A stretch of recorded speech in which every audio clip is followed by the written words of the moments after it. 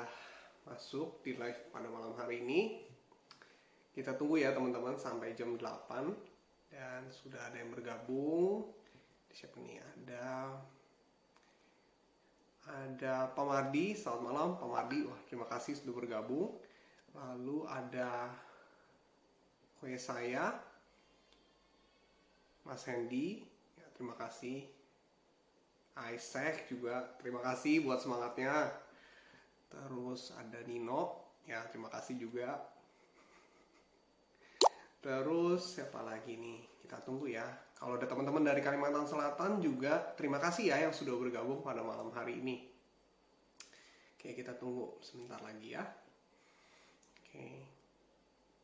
Ya, terima kasih untuk semangat-semangatnya dari teman-teman semua. Oke, kita tunggu sebentar lagi. Nah, oke, mungkin sebelum dimulai, izinkan saya untuk mengucapkan terima kasih kepada Elemen yang sudah memberikan kesempatan kepada saya pada malam hari ini dan sudah meloloskan saya sebagai Top 20 The New Element of the Year 2021. Lalu terima kasih juga pada teman-teman yang sudah memberikan pertanyaan. Pertanyaannya bagus-bagus, namun mohon maaf ya kalau misalkan nanti nggak kejawab karena keterbatasan waktu. Namun diusahakan bisa terjawab semua. Dan juga terima kasih untuk teman-teman yang join kalau misalkan ada yang dari Kalimantan Selatan. Terima kasih sudah join dan memberikan dukungan pada saya. Oke, baik, sebelum dimulai saya juga ingin memperkenalkan diri sekali lagi. Mungkin teman-teman ada yang belum tahu saya gitu ya, atau belum lihat saya di Elemen Talk sebelumnya. Jadi saya Dionysius Subali, bisa dipanggil Dion, perwakilan dari Kalimantan Selatan. Dan saya mewakili Kalimantan Selatan sebagai daerah asal dari ibu saya, karena ibu saya kelahiran dari Banjarmasin. Nah, lalu umur saya saat ini 27 tahun. Saya bekerja sebagai dosen di Fakultas Teknobiologi Unika Atmajaya dan secara khusus untuk bidang nutrisi olahraga. Oke, baik. Nah, sekarang kita mulai ya. Untuk pertanyaan yang pertama dari @biotek_informatik. Kekayaan pangan fermentasi kita sangat beragam. Bagaimana biar bisa lebih bersaing di era globalisasi, terutama untuk generasi milenial? Nah, teman-teman, yang pertama, yang terpenting itu adalah membangun kesadarannya dulu dan rasa bangga kepada generasi milenial ini bahwa Indonesia itu memiliki kekayaan khususnya di pangan fermentasi yang ada di Indonesia, khususnya tempe. Nah, kita harus bangga sebagai bangsa tempe. Kenapa? Karena tempe itu adalah warisan nenek moyang bangsa Indonesia asli loh teman-teman. Jadi ada prasasti ya di kerajaan di zaman dulu ya udah ratusan tahun yang lalu, dan ada tertulis kata tempe dalam bahasa Sanskerta. Jadi itu keren banget kan, udah diwariskan ratusan tahun turun-temurun ke kita gitu dari nenek moyang kita itu. Lalu diakui juga oleh berbagai negara karena memiliki segudang manfaat kesehatan.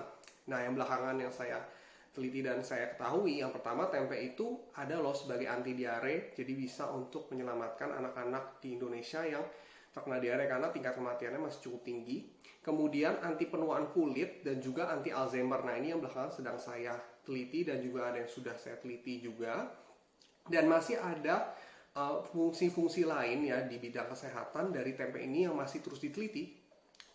Seperti itu, dan kesadaran dan kebanggaan inilah yang akan menjadi dasar berkembangnya bisnis pangan fermentasi di Indonesia dalam era globalisasi ini. Jadi kita harus bangga ya dan sadar, khususnya tadi bangga sebagai bangsa tempe.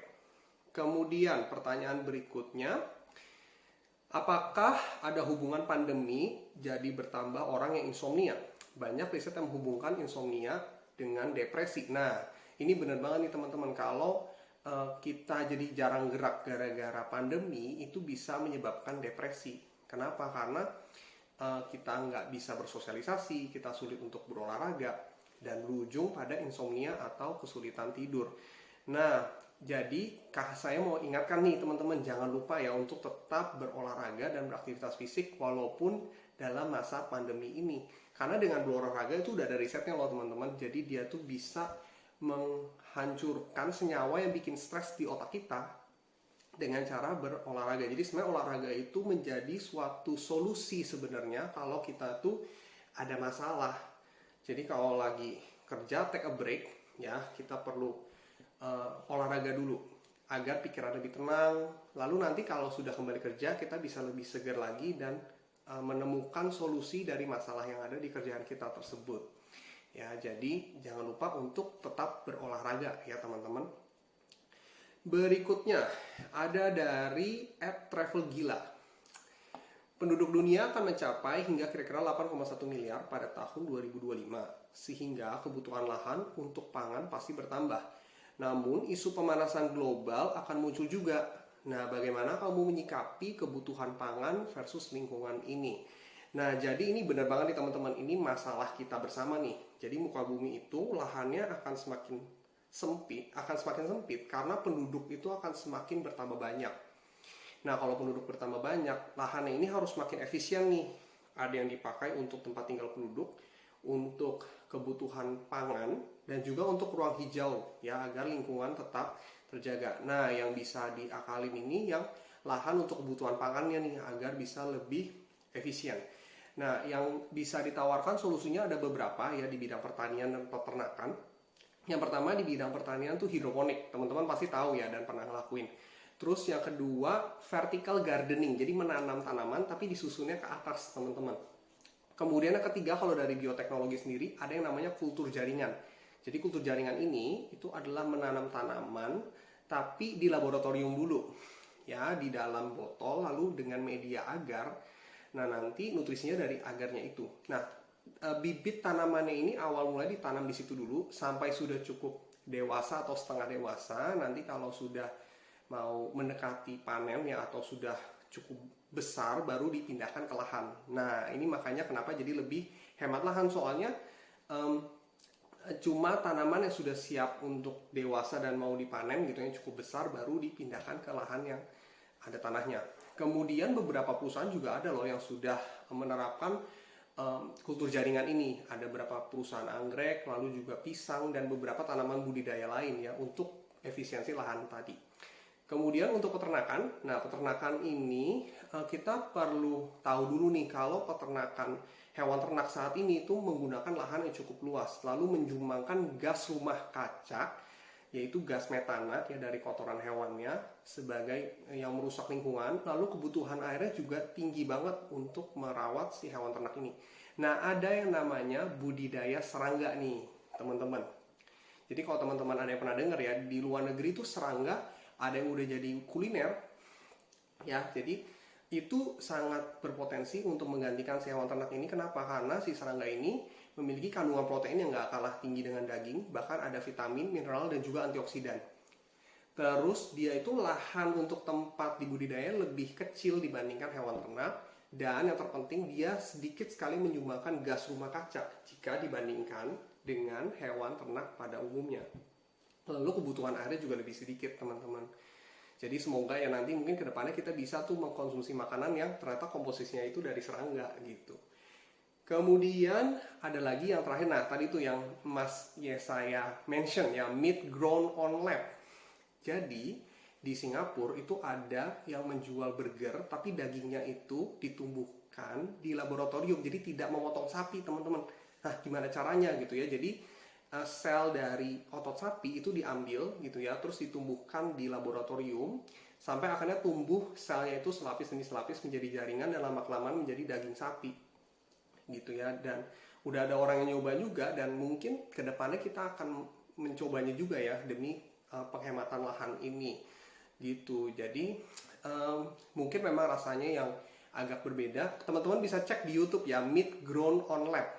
Ya nanti di situ ada video detailnya bagaimana orang yang memberikan testimoni yang udah nyobain gitu ya, rasanya, harganya dan sebagainya. Ya. Kemudian kita lanjut ya ke pertanyaan berikutnya dari Isaac Sam. Menurut Dion, apa sih yang belum dan perlu dikampanyekan kepada masyarakat luas agar lebih peduli lagi terhadap gaya hidup yang lebih sehat, terutama untuk mencegah seseorang terjerat diabetes? Nah, sebenarnya dari Kemenkes itu sudah ada panduannya teman-teman, yaitu batasi gula, garam, lemak. Gula 4 sendok makan, garam 1 sendok teh, dan lemak 5 sendok makan. Kemudian isi piringku. Nah, di isi piringku teman-teman ada yang udah lihat belum? Isinya itu setengahnya harus sayur dan buah, ya. kemudian nasi sebagai sumber karbo atau sumber karbo lainnya, ya itu nggak nyampe setengah teman-teman, cuma sepertiga, dan seperenamnya lauk protein. Jadi jangan isi nasi semua ya teman-teman, ingat tengahnya sayur dan buah. Nah inilah yang menjadi masalah, seringkali masyarakat tuh bingung gimana ya menerapkan si isi piringku dan pembatasan gula garam lemak ini gitu di masyarakat. Nah sebenarnya kita itu perlu menurunkan standar enak, asin dan manis. Itu juga yang menjadi cara biar bisa menerapkan si pembatasan gula garam lemak ini, karena kita itu terbiasa makan makanan yang terlalu manis dan asin. Teman-teman bisa cek ya di supermarket atau di minimarket gitu ya, di minimarket itu minuman ataupun makanan ringannya ya itu tuh terlalu tinggi gula dan terlalu tinggi garam ya, dan inilah yang akhirnya menyebabkan standar rasa kita tuh jadi terlalu tinggi. Kalau kita mau makan asin udah terbiasa harus misalkan 3 sendok teh gitu ya, pada 1 sendok teh aja cukup. Mau makan manis terlalu banyak gulanya, terbiasa 3 sendok teh gula, pada 1 sendok teh aja cukup ya. Nah itulah yang masyarakat Indonesia nih harus waspada nih, karena kita tuh sudah terbiasa dengan standar rasa yang terlalu tinggi ini sehingga lebih rentan terkena diabetes. Jadi teman-teman jangan lupa ya, turunkan standar enakmu ya, dan asin dan manismu dari sekarang. Jadi nggak apa-apa tuh makan sedikit rada hambar atau kurang manis gitu ya, yang penting masa depannya bisa bebas dari diabetes. Oke, yang berikutnya dari @critical pageantry. What is the most important lesson you've learned in your life, and how would you apply it to your time as the new element of the year 2021? Oke, yang saya pelajari ya, hal yang paling berharga dalam hidup itu adalah mau terus belajar, berkomunikasi dan bersosialisasi dengan orang lain ya, khususnya orang-orang yang saya baru kenal atau orang-orang yang jabatannya itu entah di atas saya atau di bawah saya. Nah maksudnya itu gimana saya tuh bisa ngobrol sama dia, gimana saya tuh bisa nyambung sama dia. Kalau di temen dulu ya, pas kerja kelompok, pas jadi panitia acara atau jadi ketua kelompok, gimana caranya teman saya ini yang pendiam ini jadi mau kerja gitu ya. Gimana caranya orang yang kayaknya tuh susah dengerin saya tuh mau dengerin saya. Gimana caranya dosen yang kayak killer gitu ya tapi bisa mau bantu saya. Terus yang penting dulu ya pas kuliah, soalnya kan jualan ya, karena untuk cari dana tuh namanya juga mahasiswa, gimana caranya orang itu jadi mau beli dagangan saya gitu, saya terus ngomong apa. Nah itu yang saya pelajari dan penting banget, karena setiap orang unik ya, jadi belajar cara berkomunikasi juga beda-beda pendekatannya, dan akhirnya itu saya menjadi lebih siap untuk menjadi spokesperson, khususnya health influencer di The New Element of the Year 2021 ini. Jadi lebih nggak malu-malu kalau ketemu orang, lebih siap gitu ya untuk menginspirasi orang, ketemu orang baru. Itu tuh jadi lebih lebih nggak takut gitu, lebih yakin dan lebih mau dengerin mereka, lebih mau ngasih tahu mereka seperti itu ya. Jadi itu pengalaman berharga yang saya rasa bersyukur banget bisa belajar di masa lalu. Kemudian berikutnya dari Rajiv Gandhi 91. Sebagai seorang dosen, apa yang akan kamu lakukan jika melihat mahasiswamu merokok? Nah, kalau ini yang pertama yang jelas, saya sebagai dosen yang tidak merokok karena keren tanpa rokok, dan saya menjalankan gaya hidup sehat. Ya ini dulu yang harus jelas, agar mahasiswa ini ketika dia mau berhenti merokok, dia tuh bisa terinspirasi dari saya. Oh iya, Kak Dion itu keren tanpa rokok loh, dia nggak ngerokok, keren, terus masuk elemen lagi. Jadi dia mau berubah gitu ya. Itu yang pertama. Tapi kalau misalkan dia belum mau berubah, ya tentu saya harus sabar ya, dan menjadikan dia sebagai teman saya, karena nggak mungkin saya kasih tahu dia sekarang dia langsung berubah gitu, dia langsung berhenti merokok tuh nggak mungkin. Nah gimana saya pelan-pelan bisa ngasih tahu dia sebagai teman ya, kan nggak mungkin dong kita ngasih tahu teman tuh terlalu frontal atau terlalu kasar gitu ya. Jadi harus pelan-pelan dan sabar sampai dia percaya ke saya gitu, bahwa saya bisa membantu dia dalam mengubah hidup dia menjadi lebih sehat lagi ya, dan lama-kelamaan akhirnya bisa berhenti merokok gitu ya. Jadi sekali lagi teman-teman, kita itu keren tanpa rokok ya teman-teman. Oke, berikutnya dari motivasi bijak. Ini karena pertanyaan pertamanya agak panjang, saya persingkat ya. Motivasi bijak ini bertanya, apakah madu itu bisa dikonsumsi untuk penderita COVID-19 yang terjangkit diabetes? Nah, bagaimana pendapatmu terkait hal ini? Oke, pertama yang saya garis bawahi, kalau COVID-19 itu sampai sekarang tuh belum ada obatnya teman-teman. Jadi kalau ada yang bilang suplemen tertentu atau makanan tertentu bisa menyembuhkan COVID, ya tentu itu tidak benar ya. Kalau ingin sembuh, sudah ada gejala COVID atau memang sakit COVID, ya harus ke dokter, mendapatkan tenaga perlakuan medis ya dari tenaga medis sampai akhirnya dinyatakan sembuh. Nah, kalau misalnya nih mau tahap pencegahan dan tahap pemulihan, yang benar itu bukan dari suplemennya ya teman-teman, yang harus suplemen A dan B. Tapi yang benar itu adalah melakukan gaya hidup yang sehat. Ya, menjaga pola makan yang baik ya, sesuai dengan gizi seimbang dan isi piringku. Ya, jangan lupa batasi gula garam lemak dan ada sayur dan buah, rajin berolahraga dan istirahat yang cukup. Nah, kalau ketiga ini sudah dipenuhi, barulah kita mikir ya, apa ya suplemen yang bisa membantu saya untuk meningkatkan imun saya gitu. Jadi jangan kebalik, seringkali orang kebalik, dia malah mikirin suplemennya dulu, dia harus ngelakuin ini dan itu, tapi ketiga hal tadi itu tidak dia lakukan. Nah, ini malah jadi percuma ya teman-teman.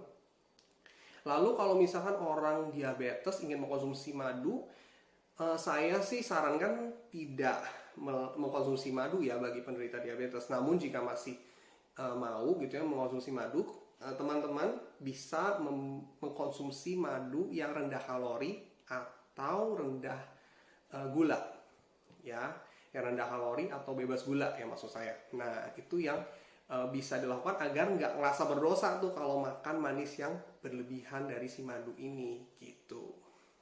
Oke. Kemudian berikutnya masih dari motivasi bijak. Why is chocolate high in fat? If I eat chocolate every day, does chocolate cause acne? This is fact or myth? Can you explain it to me? Oke, yang pertama jelas ini fakta ya. Coklat itu tinggi akan kandungan lemak jika teman-teman tuh beli coklat di minimarket atau supermarket. Coklatnya ketika digigit kan lumer, manis ya, kayaknya enak banget di mulut gitu. Nah, biasanya coklat-coklat yang seperti itu yang tinggi lemak ya. Jadi itulah tujuan si lemaknya, agar ketika dia itu digigit di mulut, dia itu jadi lumer gitu. Jadi ada sensasi lumer di mulutnya. Nah, tentu aja kalau makan coklatnya kebanyakan yang kandungan lemaknya ini tinggi, yaitu bisa menyebabkan jerawat. Jadi teman-teman yang mau mukanya nggak jerawatan ya harus kurangi makan lemak ya.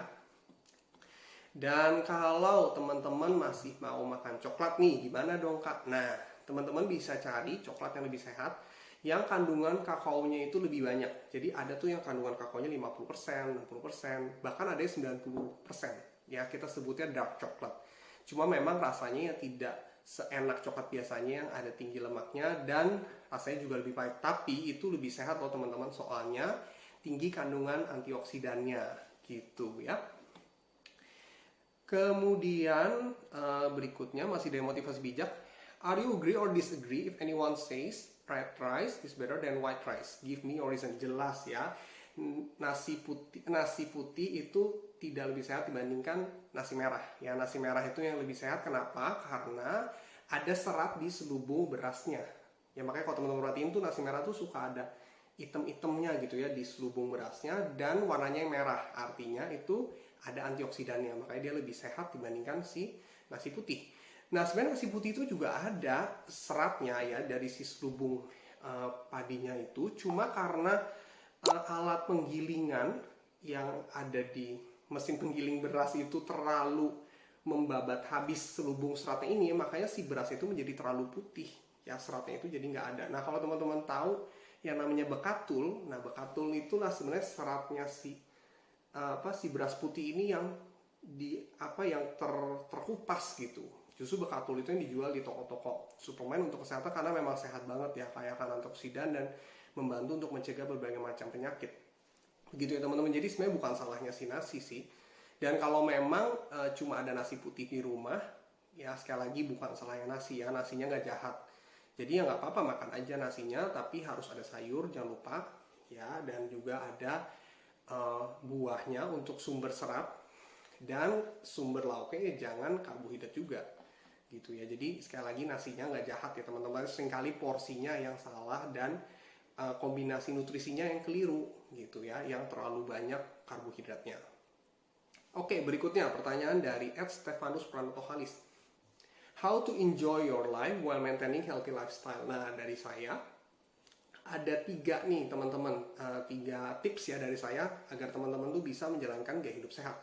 Yang pertama, take a break. Take a break ketika sedang bekerja, jangan kerja terus. Harus ada waktu luang untuk berolahraga. Ya, sekali lagi seperti yang tadi saya kasih tahu di awal, dengan berolahraga kita bisa lebih menenangkan pikiran, lebih nggak stres, nanti pas balik kerja lagi bisa lebih fokus dan akhirnya masalah kerjaannya juga bisa selesai dengan lebih baik. Ya, jadi itu juga saya lakukan ya, biar nggak stres gitu. Kemudian jangan set goal orang lain pada diri sendiri karena proses setiap orang tuh unik dan beda-beda. Jangan ngikutin set orang, ada yang dia sispek dalam waktu 3 bulan atau dia kurus dalam waktu 3 bulan. Ya itu programnya dia ya, itu prosesnya dia yang saya juga nggak tahu gimana caranya itu bisa seperti itu. Tapi ya program dan proses kita itu unik, beda-beda gitu ya. Ada yang mungkin lebih lama itu baru bisa tercapai. Dan yang terpenting, gaya hidup sehat itu tidak melulu mengenai postur badan ya teman-teman. Memang orang melihat postur badan itu penting, tapi jangan sampai badannya kelihatannya bagus gitu ya, tapi ternyata dalamnya sakit. Ya misalnya ginjalnya bermasalah, lambungnya bermasalah. Ya jadi harus perhatikan luar dan dalam ya teman-teman. Sehat tuh luar dan dalam ya, nggak cuma dari penampilannya doang yang bagus. Ya, jadi itu yang harus diperhatikan teman-teman. Kemudian yang terakhir dari saya, no cheat day. Jadi teman-teman kalau misalkan mau makan gorengan yang kepepet gitu ya, ya tahu sih nggak sehat, tapi mau nggak mau deh nih makan gitu ya, ya nggak apa-apa, cuma dibatasin porsinya dan jangan langsung dihabisin semua gitu. Kalau mau makan martabak, ya makanlah sepotong, habis itu dibagi-bagi atau buat nanti lagi, jangan dihabisin saat itu yang terlalu banyak gitu ya. Jadi harus diatur porsinya gitu ya, agar tidak kebanyakan. Seperti itu teman-teman. Jadi yang penting teman-teman menjalani program gaya hidup sehatnya itu yang teman-teman bisa nikmati gitu untuk jangka panjang ya. Jadi bukan untuk jangka pendek ya. Kalau misalnya tadi 3 bulan, terus setelah 3 bulan nggak jalan gaya hidup sehat lagi, kan enggak. Kayak gitu. Kemudian berikutnya dari @taufik93304. If you had to live your life all over again, what part of your life would you change? Oke, yang bisa saya ubah ya di pengalaman hidup saya di masa lalu, kalau bisa kembali, itu adalah kesempatan ketika saya bisa menolong teman saya, namun saya tolak. Gitu, saya ingat banget tuh waktu itu pas SMA ada teman saya mau minta diajarin pelajaran sama saya, tapi saya tolak gitu. Padahal tuh waktu itu saya bisa bantu. Kenapa ini cukup saya kenapa ya waktu itu nggak ngebantu gitu. Karena saya tuh yakin kalau kita tuh menabur kebaikan, suatu ketika tuh kita akan menuai kebaikan itu sendiri. Jadi alam semesta nih akan mengembalikan kebaikan yang kita sudah tabur tadi gitu teman-teman. Jadi kalau sekarang ya, kalau misalnya bisa buat suatu kebaikan ya, itu saya pasti lakukan gitu, karena yakin suatu ketika alam semesta akan mengembalikan kebaikan itu sendiri ke saya. Dan sebaliknya ya teman-teman, kalau kita juga melakukan sesuatu yang tidak baik ke orang lain, dan nanti alam semesta akan kembalikan itu ke kita dengan caranya sendiri yang ajaib gitu ya, sesuatu yang tidak baik juga. Jadi yang penting kita harus tetap melakukan hal yang baik kepada orang lain ya teman-teman. Oke, berikutnya @valley_filbert. Sekarang bermunculan program yang menawarkan pola makan based on genetics. Menurut Dion, itu pseudoscience atau bukan sih? Nah, ini bukan pseudoscience ya teman-teman. Jadi genetics atau tes DNA ya, kita tahu ya, tes DNA atau tes genetik ini itu sebenarnya membantu kita untuk mengenal diri kita yang sesungguhnya, yang nggak kelihatan gitu ya. Jadi dari uji DNA ini kita jadi bisa tahu kita itu punya kecenderungan terkena penyakit tertentu nggak sih? Misalnya diabetes, hipertensi gitu ya. Nah kalau kita nih misalnya udah tahu nih, kita itu ada kecenderungan terkena diabetes, ya tentu kita pasti kan akan mengadjust pola makan kita, ya kan? Jadi gulanya harus dibatasi nih, jangan terlalu banyak. Kalorinya nih nggak boleh terlalu banyak nih, harus dibatesin gitu ya. Dan juga seperti yang saya pernah ceritakan di Elemen Talk sebelumnya ya gitu, dari genetics ini juga kita bisa mengetahui persepsi rasa. Jadi ada orang yang ternyata tuh dia tuh diabetes karena memang kebiasaan makan manis yang kebanyakan. Kok bisa? Karena memang dia tuh nggak sensitif manis. Jadi kalau makan atau minuman manis tuh gulanya tuh lebih banyak gitu ya dibandingkan orang lain yang misalkan nggak yang lebih sensitif dari dia gitu. Nah itu juga menjadi lebih waspada sama dia. Oh iya, saya kan memiliki persepsi rasa manis tuh yang nggak sensitif, jadi saya tuh cenderung kalap gitu ya. Jadi suka makan makanan manis yang kebanyakan. Nah jadi saya harus lebih hati-hati tuh biar kalau makan makanan manis diatur porsinya. Seperti itu ya teman-teman. Bahkan untuk kanker, untuk penyakit jantung tuh juga ada loh tes DNA-nya yang membantu kita untuk lebih mengenal diri kita agar kita lebih waspada.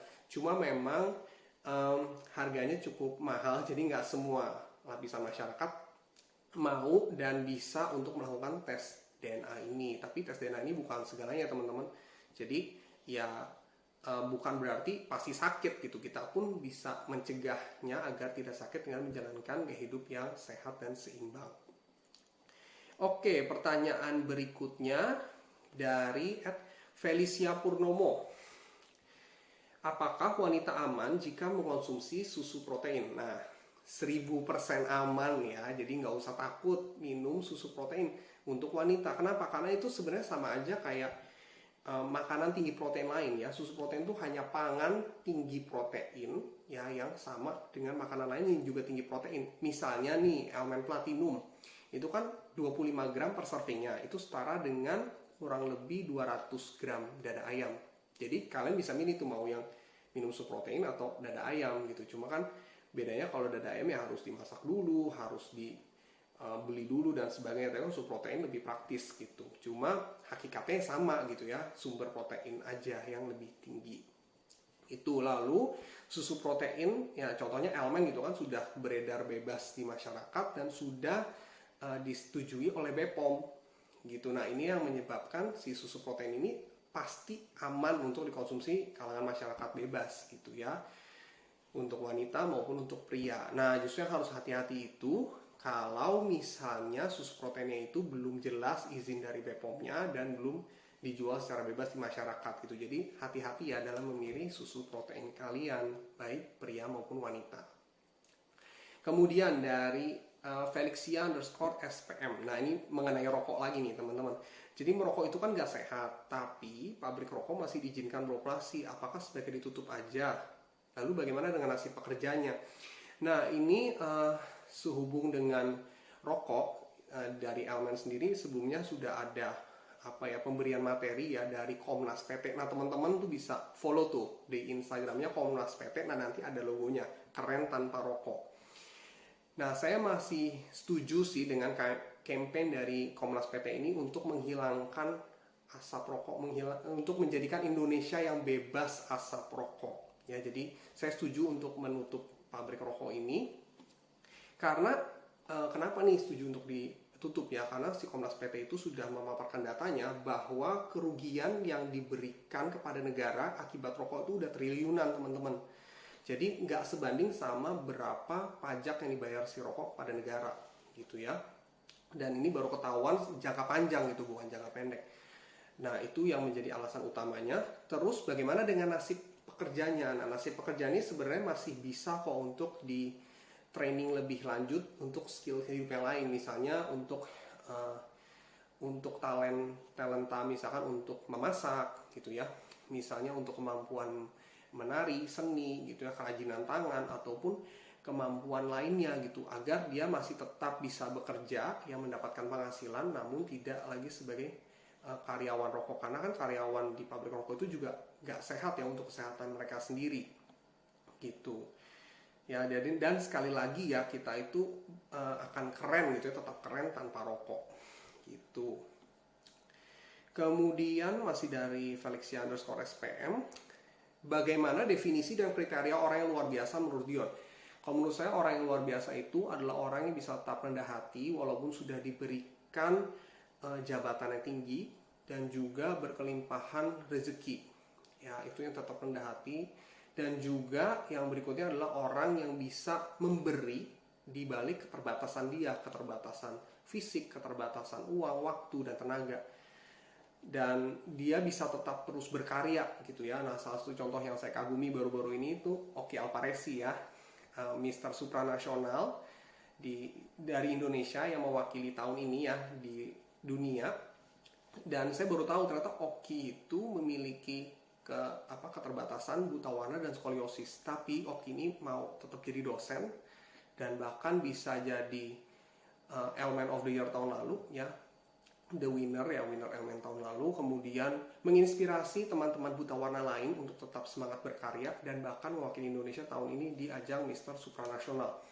Jadi menurut saya itu luar biasa gitu ya di balik keterbatasan kita. Jadi teman-teman yang punya keterbatasan, please jangan stop untuk berkarya karena kalian itu akan menjadi orang yang luar biasa.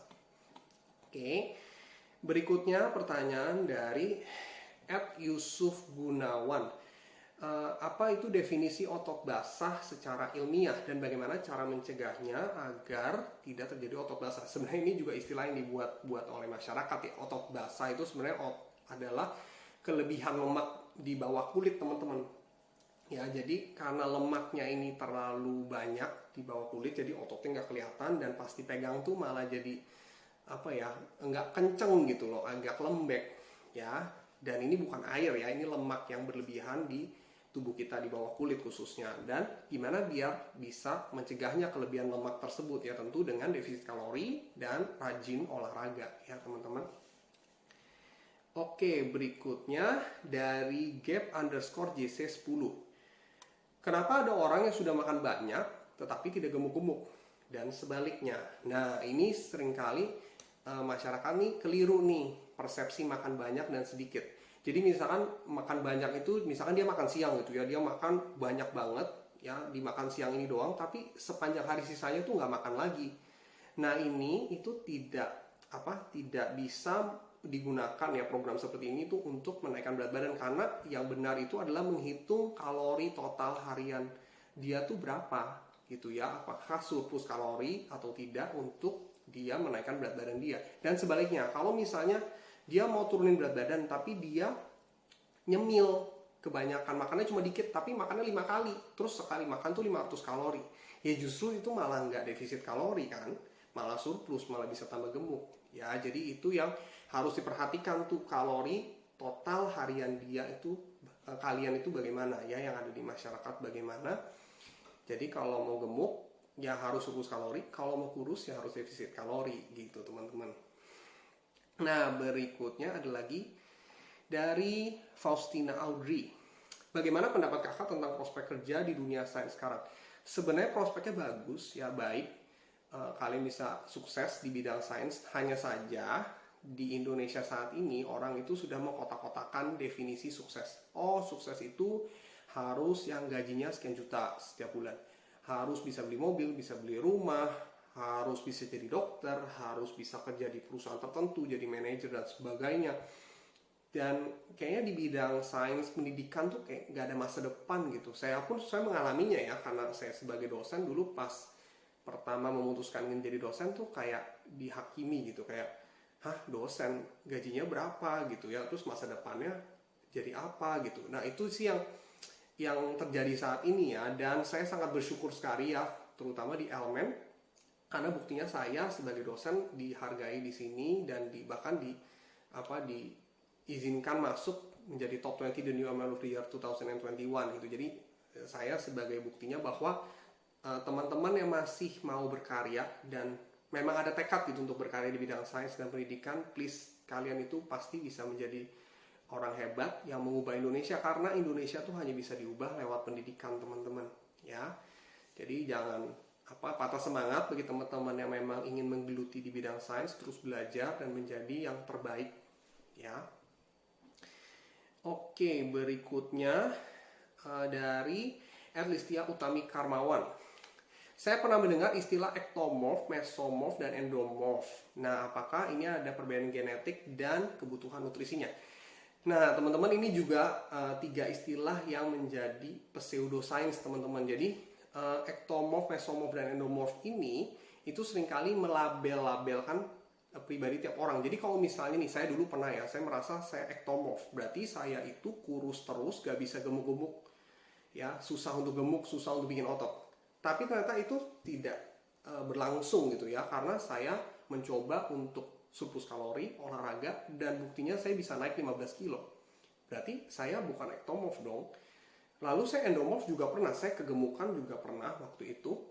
Lalu saya coba defisit kalori dan akhirnya berhasil gitu ya, mencapai badan saya yang ideal gitu. Berarti istilah ini sebenarnya nggak ada, dan seringkali kalau orang itu di label ektomorf atau endomorf, dia itu malah jadi alasan, oh saya kan endomorf berarti memang saya nggak bisa kurus. Oh saya ektomorf berarti saya itu nggak bisa gemuk dan badan ideal. Nah itu salah ya teman-teman. Kalau mau badan ideal memang harus diatur dari kalori masuk dan nutrisinya gitu, dan juga jangan lupa olahraganya.